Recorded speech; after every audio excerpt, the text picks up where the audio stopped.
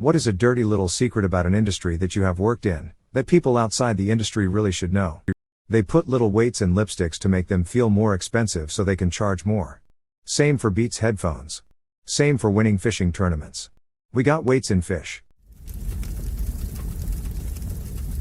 If it's the first time a professor is teaching a course, there is a good chance they are just one lecture ahead of the rest of the class. And we usually vastly overestimate what's reasonable for people to understand in the course, so the first few years are usually harder. With the final exam marks significantly massaged while we cut out the portions of the course that are too difficult. One hidden part of being a TA is reminding the professor what it's like to be a student. I remember when my professor gave me his draft of the final exam beforehand to proofread. Those kids will never know how much I did for them, but I must have saved them like 20% of their final average. I TA Ed for a very good professor that had taught the course before. He insisted that me and the other TA, and himself, actually sit down and take the final exam. Note the time it took, and grade it to make sure it was reasonable and doable in the time limit. He was of course not a great data point since he wrote the test, so he basically was only able to prove the math could be done by hand quickly enough. It was an engineering course. But I and the other TA had not studied this subject in years and were sort of knocking the cobwebs off and relearning throughout the semester. So we were pretty good judges for the test. Nobody who actually sorts mail gives a SH about your package. The word fragile doesn't stop them from throwing it 20 feet into a metal container. It's really fun to pay $145 extra for hazmat shipping and see this box with explosive in big letters on the side show up at your front door with a big dent in the corner. My line once had brown lines start coming down our belts. Boxes covered in dark brown substance. No one wanted to touch the boxes. It was so bad that one of the big bosses was running from line to line telling everyone that it's just chocolate icing from a spilled Dunkin' Donuts tub. They never come down unless it is horrible. So that was pretty effing funny. Great night all around. Did my package come down your line? I ordered some Javi, concentrated cold brew coffee, and at some point during transit one of the bottles started leaking. The side of the box was coated and the post office put it in a little bag, where it continues leaking into, saying sorry your package is busted. When the health inspector shows up, a mad scramble happens in the back to clean the kitchen while they start the inspection in the dining bar area of the restaurant. Yup, one manager will hold the health inspector up in the front of house while back of house is busy labeling and making sure minor violations they visibly see are dealt with. Truer words have never been typed. Lol, send out the king or queen of small talk and people SKS while the back of the house tosses anything that isn't temping correctly and runs ribbons of labeling to the walk-in to make sure it's all labeled. Microsoft Excel runs the country. So much so that Kelly Rowland once used it in a music video to try to text someone. And then got angry when the dude didn't text Excel back. Ironically, she did not excel at texting. Locksmith here. We can get into any locked door within 30 seconds. All the posturing and bringing out an impressive toolkit and hammer drill is just showmanship to prolong the call out. 30 seconds flat. I'll never forget when my neighbor in London locked herself out. We waited for a locksmith to come over. He literally opened the car door, looked at the neighbor's front door from a distance for about 2 seconds, then pulled out a long bent rod, walked to the door, stuck it through the letter box, maneuvered it around for a couple of seconds, and the door was open. He undid the bolt from the inside. 100 quid. 15 seconds of work. But you don't pay for the 15 seconds. You pay for the decade of practice required to do the job in 15 seconds. 15 seconds of work. But you don't pay for the 15 seconds. You pay for the decade of practice required to do the job in 15 seconds. That's how repair works. 10 cents for thumping it, $100 for knowing how not to thump it wrong and break it worse. I do appliance repair. Sometimes I'm just on my phone inside the machine to kill time. Or I do extra long tests. People get real upset when I replace a Samsung heating element in 15 minutes and charge $220. When an app pops up with a "do you like this app?" thing, the yes button goes to the App Store for a review. The no button goes to an internal complaint process. This on average filters upset customers away from the App Store and artificially raises app score by a whole star on average. That is the only way most corporate service apps have 4 stars. Long time ago the company I worked for would only show this pop-up if we detected things were going well in the app, no errors, etc. So even seeing the prompt in the first place is already biased towards people who are likely to rate positive. Not quite the same, but one of the silly gotcha games I play hits me with the reviews pop-up every time I get a 5-star character, literally every single time, and they're running an anniversary event right now that makes it rain 5 stars so it's even more obvious. Lol. A very popular local bagel shop bakery I worked at advertised all of our baked goods were homemade, dozens of muffins, Danish, cinnamon rolls ect, and they were not. They all came from Cisco, frozen on sheets. Many customers would rave about the baked goods, saying they were the best they've had. God bless them. I mean, it is impressive how good quality mass-produced food can be nowadays. My friend works for an olive oil company. He tells me they'll sell their brand of olive oil to restaurants and charge a fee for the restaurant to put their own label on the bottle. Fundamentally, I'd never believe that any restaurant had its own olive oil. If you're ever buying bulk gravel sandcrushed stone from a local pickwarry that has scales to weigh the amount of product you're getting FE'd because you're paying for water. Most of these pit quarries spray the living F out of their stockpiles before during operation to make the material heavier in the truck. Never buy by the ton, always buy aggregate by the yard. 3. It's a measure of volume, not weight. Source: I own a rock crushing business, multiple quarries, and I charge by the yard. 3. To not screw the public. Sneaky. I always thought this was done to reduce dust. Most likely it is to reduce dust. But then they found out the added profit motive afterwards. It depends on if their material is used in road work or asphalt. If it is, they'll have a quality control guy testing the material, sometimes multiple times per day, in an on-site lab. Water and moisture screws with the results in gradation. There is a lot of money spent every year that decides where specific items are placed on grocery store shelves. If you're at a grocery store that's part of a chain, and you look at a shelf and there's an item that's approximately at eye level, I guarantee you that the company that makes that item paid a lot of money to put them there. There's lots of weird psychological tricks that go on in terms of how stores are laid out. It's no coincidence candy is at a lower eye level too. Candy, sugary cereals with mascots, the more expensive toys, etc., all at child height. The milk and toilet paper are always in the back because those are what people often make a quick run to the store for. By putting it in the back, it forces the customer to walk past all sorts of tempting end caps. The chances of the person going in for one thing and coming out with a bunch is increased. People joke about doing this all the time at Target, but it's not just a joke. Target actually paid a lot of money to get customers to spend a lot of money, all by designing things just so. Edit: I learned this in the one and only marketing class I took. It was really interesting, while also being kinda horrible. Former Target employee here, I can absolutely confirm this. During holiday seasons especially, it was insane how much we were hounded to make sure the cash register area never ran out of snacks and whatnot, just because the sheet number of kids that come through during those times, somebody's bound to buy one, or a bunch of them. Once Target got that bullseye's playground thing where you get just enough of a little bit of every aisle, and it's always the fun seasonal stuff like candles, cups, throw pillows up top, and a buttload of kid entertainment from drawing pads to kits to a dislike for it, everything waist height. Also, if we tell you it's not in the back, show you it's not in the back on our scanner, and you still push it because online said we have one, then we're taking longer to search just for you. I totally get the bad rap of, oh, you just don't want to go get it, and that is a solid argument sometimes. But other times I know it's not there because either you're not the first person to ask, I stock that item regularly, or we get told literally in the morning, hey, we only have X amount of, insert this year's new thing we're about to get rated over. So when they were all gone, we usually get someone saying so over the walkie. Between that hot mess and my feet hurting so badly after 8-10 plus hours of moving around that I gladly took that 510-minute breather to let them rest. Everyone's saying that Target locking things down is going too far, but paying someone to psychologically convince you that you need 20 extra items, or that you need to even shop at only Target to begin with, because they learned where to place them somehow doesn't feel as upsetting.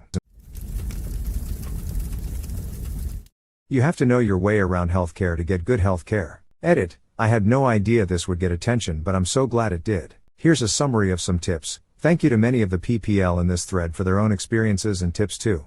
What you should know. 1. Your patient rights. You can ask for a referral to a specialist. You can ask for second opinions. You can ask to see what is in your chart. Know your rights. 2. If you have a family member in a hospital or long-term care home, please visit and be there as much as possible. When you are sick or old, you are just not able to summon the energy to be on top of med errors or even general care. The more eyes on the care and environment, the better for your family member. 3. Advocate for your family member. Do some research too. What is the illness? What are some options? And take these to the doctor and ask if they're appropriate, with the patient's consent obviously, for the patient. 4. Follow up. If the office doesn't call you, follow up. Keep following up with offices, pharmacies, specialists, etc., until you're satisfied. 5. If you are in the States, review your bill. Go over every item and see what can be negotiated and hound them until you feel it's fair. The squeaking wheel gets the grease. 5. Get a job in healthcare. Not a clinician? No problem. Environmental services and portering are excellent well-paying entry-level jobs that can get you potentially into a union.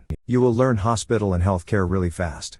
6. Before your family member goes home from hospital, make sure you see a discharge planner or a social worker to talk about discharge. Hospitals are full and they usually are pressed to send people home fast, with healthcare at home being an option. But it's not the only option. Talk to the discharge planner and push back if you need to. Look up questions to ask the discharge planner. 7. If you want the doctor to prescribe Refersuming and they choose not to, you are within your rights to say, may I have that option noted in my chart? I'd like to keep track of what I've asked you about. Innocent, right? Well, it's a good way to get the clinician to think about whether they want their rebuttal of your suggestion in the chart. 8. If it feels wrong, please see someone else. Don't just blindly trust health professionals. They're people too. They're not magic. Some are better than others. Read clinician reviews so you at least know what to expect. To all those folks who go into appointments with chronically ill family or partners, you are guardian angels. Keep doing what you're doing. It is more supportive, and the optics for the clinicians matter, than you know. This is 100% correct. I should probably have specified that this is my experience in Canada. We have a great healthcare system for some people, and it's awful for most people. So if you know someone in healthcare, you get to know where to go for what. They'll tell you when to raise a fuss and when it's pointless. They can fast-track referrals. Also, if you're not 100% invested in your own follow-up, it simply won't happen. It makes me so mad because I'm lucky I know how the system works, but there are so many new immigrants to Canada, and long-standing immigrants and elderly and vulnerable populations don't know how the system works, where to go, or what they're entitled to. America has a job called patient advocate. You call when you need help with anything going sideways. I called when I thought my mom was getting the wrong prescription medicine. Fortunately, she was getting the correct medicine, but the patient advocate was ready to jump all over that SH. And I can't say I understand the American Group 211 org, but they know lots of ways to help out people in need. They got me a therapist I needed once. We touch your food with our hands. Weird. And yes, we wash them so often that they might fall off. That, or you get a souls that wear gloves for 12 hours and never change gloves or wash their hands. It's so beautifully arranged on the plate, you know someone's fingers have been all over it. Julia Child.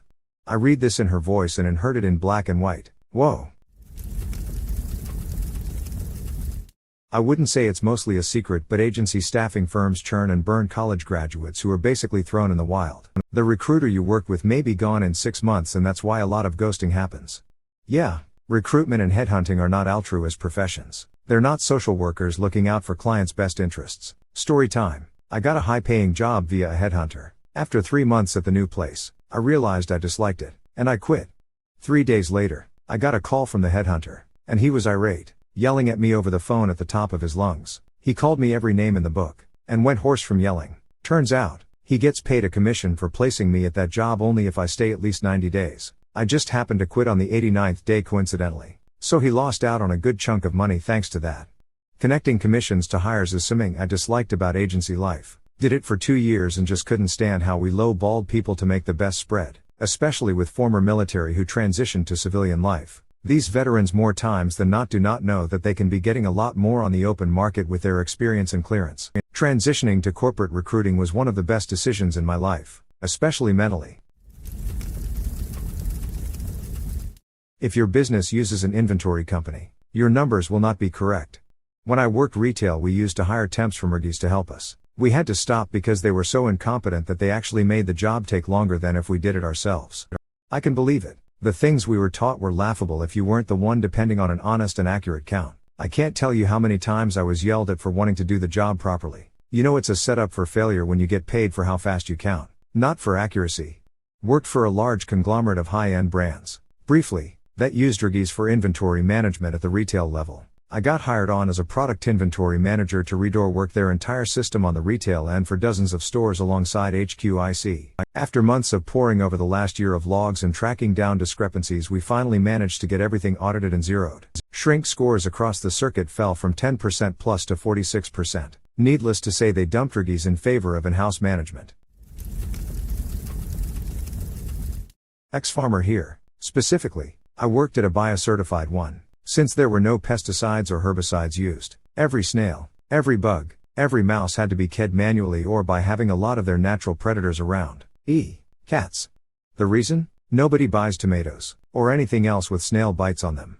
How do you train the cats to eat the snails? Edit. Never mind. French cats. Duh. Edit the second. Thank you all for awards. And now this is my most voted comment. I can live with this. I'll chat. People like to think that data analytics is some objective truth when there is so much bias and room for subjectivity in data collection, analysis, interpretation, and communication. Oftentimes insights are cherry-picked datasets deliberately presented to make a specific point rather than having the data craft the conclusion. The numbers don't lie, but the liars do the numbers. Use data the way a drunk uses a lamp post, for support not illumination. Why are you so good at words? My billable hours are not the actual hours. Been there, especially if you have a quota. HVAC guy here. Not really a secret, but homeowners sure think it is. Change your FING filters. Do you have a lower priced one to recommend? There is such a variation in price I never which kind to buy. My HVAC guy told me to not spend the money on the fancy filters. Just get regular basic filters and change them once a month. A colleague once told me he was at a hardware store looking at some of the more expensive brands that are meant to last for several months, and a guy who does home inspections noticed and told him those are actually really hard on HVAC systems. He recommended just getting the basic ones and changing once a month as well. I asked the company installing my new system last year about this, and they said the same.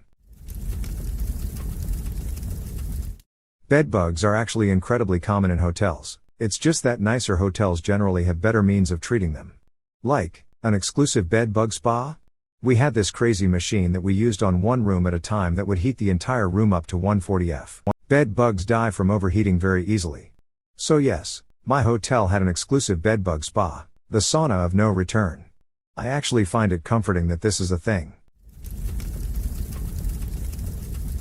Aerospace has a phrase, get healthy in maintenance. Underbid the contract to win to the work, then they overcharge on the maintenance activities. It's an investment strategy that pays well. Many aerospace sites have cash cows, long-term maintenance contracts that keep the money coming into the site. BTW, this is one of the reasons DoD spends so much. I've worked as a DoD contractor, weapons testing, and you could write and sop on the wasteful and unscrupulous tactics. Edit, great responses. I worked with artillery testing, tanks, in the Oz Desert. Let's just say that we ate through tanks, trucks and ammo like popcorn. We bought a brand new $70,000 Ford Raptor, and blew it up with artillery. And how is life at Lockheed Martin these days? Or Raytheon? Zoos and museums are universally held together with double-sided tape. The size or prestige of the organization doesn't matter either. Also, the dinosaur bones that you're oohing and awing over are probably plaster. The actual bones are stored safely in the basement. I imagine most artifacts on display aren't real, just very high-quality fakes. Similar to this cave where you really can't trust the general public not to F it up somehow. Honestly, as long as the museum is using the real ones to learn more about our history, I'm okay with it. Without clicking your link, I'm going to guess it's the Tom Scott video on that French cave with prehistoric cave paintings? Airlines often make more money carrying cargo than passengers. Also, they have much stricter contracts about delivering cargo on time than passengers. If a plane is overweight, they will usually remove passengers before they remove cargo. Wow, really? I'm just spitballing here. But a pallet of cargo must weigh as much as 20 passengers. The loss of revenue of 20 passengers is more than the loss of revenue of one pallet? I believe you. I just am kind of shocked. Many of those cargo containers are rated for 5,100 pounds. FAA guidelines have airlines calculate 190 pounds per pax, 195 pounds in winter. Kick a pax off a flight? Give them a $20 meal voucher and a $200 airline credit and get them positive space on the next flight out. It costs the airline very little. They know you'll be pissed. The gate agent that has to deal with you is concerned about your happiness because they have to deal with you until they can make you go away. The operations team in an office 800 miles away that actually makes the decision, however, doesn't care. Wash all of your new clothes. A very high percent has been worn and returned. Always wash new clothes. You never know who or what manhandled them. Always wash new clothes. They should be washed to remove industrial chemicals, dye residue, etc. from the manufacturing process. You don't want a lot of this SH on your skin. Lately, every time I try to buy jeans from any big retailer, I often notice that they have a unpleasant, sort of mothball-like smell to them. Don't know what's up with that, but it can't be a good thing. If OSHA ever pays attention to small breweries, The entire industry is going to be shut down. Edit. Me. Checking this comment just now. It's not an OSHA violation. It's a wild ale. You joke, but that's basically how it works. To be clear, you'd really have to try to make a beer actually unsafe for consumption. But batches that simply taste bad can 100% be blended into other beers, and sometimes it genuinely works out great. Better that than wasting all that water and everything else. Edit. This sentence is the very first time in this thread I am mentioning OSHA. Please stop telling me what is or isn't OSHA because I responded to someone else who was clearly and obviously making a joke that referenced OSHA. Jesus.